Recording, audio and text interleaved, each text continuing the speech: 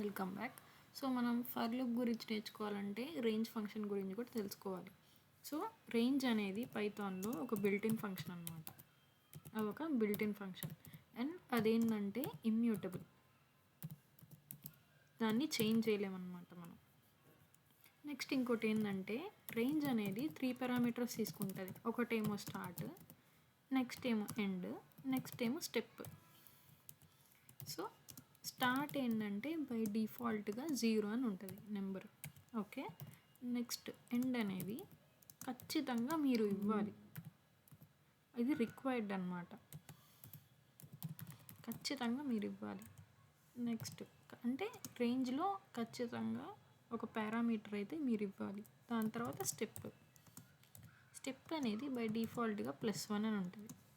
Okay, for suppose నేను ఇక్కడ ఒక పారామీటర్ ఖచ్చితంగా ఇవ్వాలన్నా కదా. సో ఫర్ సపోజ్ ఇక్కడ 3 అనుకోండి. సో నేను ఎండ్కి సెకండ్ నుంచి స్టార్ట్ అయ్యిద్ది అన్నాను, 0 నుంచి స్టార్ట్ అయ్యిద్ది. సో ఫస్ట్ 0 వస్తుంది అనమాట, 0. దాని తర్వాత ఏమైద్ది, 0కి +1 యాడ్ అయ్యిద్ది.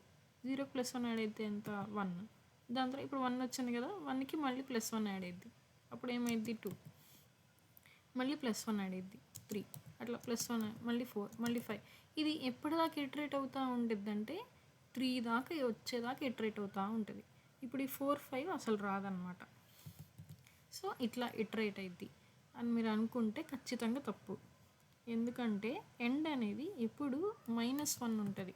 మీరు ఇచ్చిన నెంబర్కి -1 దాకా ప్రింట్ చేస్తుంది. ఎట్లా అంటే 0 to 2 దాకా ప్రింట్ చేస్తుంది ఎప్పుడైనా. సో ఇది గుర్తుపెట్టుకోండి, ఎప్పుడు ఎండ్ అనేది రిక్వైర్డ్, పైగా ఆ నెంబర్కి -1 దాకా ప్రింట్ చేస్తుంది. ఓకే, సో ఇప్పుడు రేంజ్ అని రాద్దాం. ఫర్ ఎగ్జాంపుల్ రేంజ్ ఆఫ్, ఇందాక 3 తీసుకున్నాం కదా, 3 చూద్దాం. ఇప్పుడు దీన్ని ప్రింట్ చేసి చూద్దాం. ఓకే, దీన్ని ప్రింట్ చేస్తే మీరు ప్రింట్ అయ్యిద్ది అనుకుంటున్నారు, కానీ అట్లా అవ్వదు. ఓకే, ఎందుకంటే ఈ లిస్ట్ ఆఫ్ వాల్యూస్ కదా. దాన్ని ఏం చేయాలి, మీరు ఒక ఆబ్జెక్ట్లో, అదే మీరు ఒక లిస్ట్లో కానీ దేంట్లో కానీ తీసుకోవాలి. లిస్ట్లో కానీ సెట్లో కానీ అట్లా దేంట్లో కానీ తీసుకుంటే అది వస్తుంది. సో ఇప్పుడు 0, 1, 2 వచ్చింది కదా. సో అది ఫర్ సపోజ్ నాకు 0 నుంచి స్టార్ట్ అవ్వద్దు, 1 నుంచి స్టార్ట్ అవ్వాలి. మళ్ళీ నాకు ఎండింగ్ 3 వద్దు అనమాట, 10 కావాలి. నేను ప్రస్తుతానికి స్టెప్ ఇవ్వట్లేదు, ఇప్పుడు ఎట్లా రన్ అయ్యింది చూద్దాం. సో 0 నుంచి 9 దాకా రన్ అయ్యింది, 10 రన్ అవుతుందని చెప్తా కదా. ఫర్ సపోజ్ నాకు 2 కావాలి స్టెప్, అంటే ఫస్ట్ 1కి మళ్ళీ +2 అయ్యిద్ది, అప్పుడు 3 వస్తుంది. 3కి +2 మళ్ళీ 5, అట్లా 5కి +2 7. సో అట్లా ఎండ్ వరకు వస్తుంది. ఎక్కడి వరకు అంటే 9 దాకా. అట్లా అర్థమైందా? మీరు ఇప్పుడు ఓన్లీ పాజిటివ్ నెంబర్స్ అనుకుంటున్నారంటే కాదు, నెగిటివ్ నెంబర్స్ కూడా తీసుకోవచ్చు. ఫర్ సపోజ్ ఇక్కడ -2 రాశాను అనుకోండి, ఇప్పుడు ఏమొస్తుంది, ఫస్ట్ 1 నుంచి స్టార్ట్ అవ్వాలని చెప్పాను కదా. 1కి -2 చేస్తాం, ఎంత వస్తుంది ఆన్సరు, -1 అని వస్తుంది. ఓకే, ఈ -1 దీనికి ఎట్లా పెరగదు కదా అసలు, 10 దాకా రాదు కదా అసలు కండిషనే. అందుకని ఏమొస్తుంది చూడండి, మీరు ఒక ఎంటీ ఆబ్జెక్ట్ వస్తుంది, ఎందుకంటే ఈ కండిషన్ ఎప్పుడు మీట్ అవ్వదు కదా. అప్పుడు మీరు ఏం చేయాలంటే మైనస్ రాసినప్పుడు స్టెప్పులో ఎప్పుడు ఫస్ట్ పెద్ద నెంబర్ రాసి దాని తర్వాత చిన్న నెంబర్ రాయాలి. సో అప్పుడు మైనస్ అనేది వచ్చింది.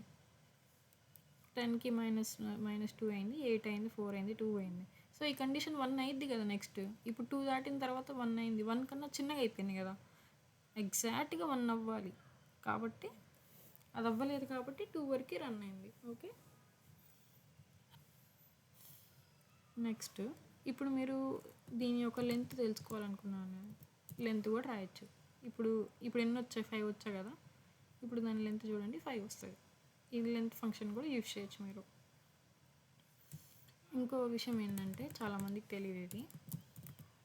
సో రేంజ్ ఆఫ్ 10 అని ఇస్తున్నాను, దీన్ని ఒక వేరియబుల్లో స్టోర్ చేద్దాం. ఫర్ సపోజ్ S అనుకున్నాం, S = ఇట్లా.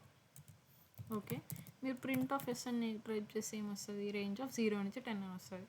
సో దీన్ని మీరు స్లైస్ కూడా చేయొచ్చు. స్లైస్ ఎలా అంటే, ఇప్పుడు నాకు 0 నుంచి 5 వరకు కావాలనుకుంటున్నా, అప్పుడు నేను ఎంత వరకు వస్తుంది, 0 నుంచి 4 వరకు వస్తుంది, అంతే కదా స్లైసింగ్ అంటే. ఇప్పుడు రేంజ్ 0 నుంచి 5 వరకు, ఇక్కడ 5 అనే ఉంటుంది కానీ 4 వరకు వస్తుంది. ప్రింట్ చేసి చూస్తే మీకు అర్థమైద్ది. సో 0 నుంచి 4 వరకు వస్తుంది అనమాట. సో దీన్ని రేంజ్ని మనము స్లైస్ కూడా చేయొచ్చు. కానీ ఇంకోటి విషయం ఏంటంటే మనం రేంజ్ని మార్చలేం. అర్థమవుతుందా? ఇప్పుడు ఇప్పుడు ఇక్కడ ఎస్ తీసుకున్నాం కదా, s of 0 index equal to, నేను ఫస్ట్ 0తో స్టార్ట్ అవుతున్నా కదా, ఇప్పుడు నేను 0తో స్టార్ట్ అవ్వద్దు, నాకు 2 నుంచి స్టార్ట్ అవ్వాలి అని మనం ఇక్కడ చేంజ్ చేసి మనం ప్రింట్ చేస్తున్నాం.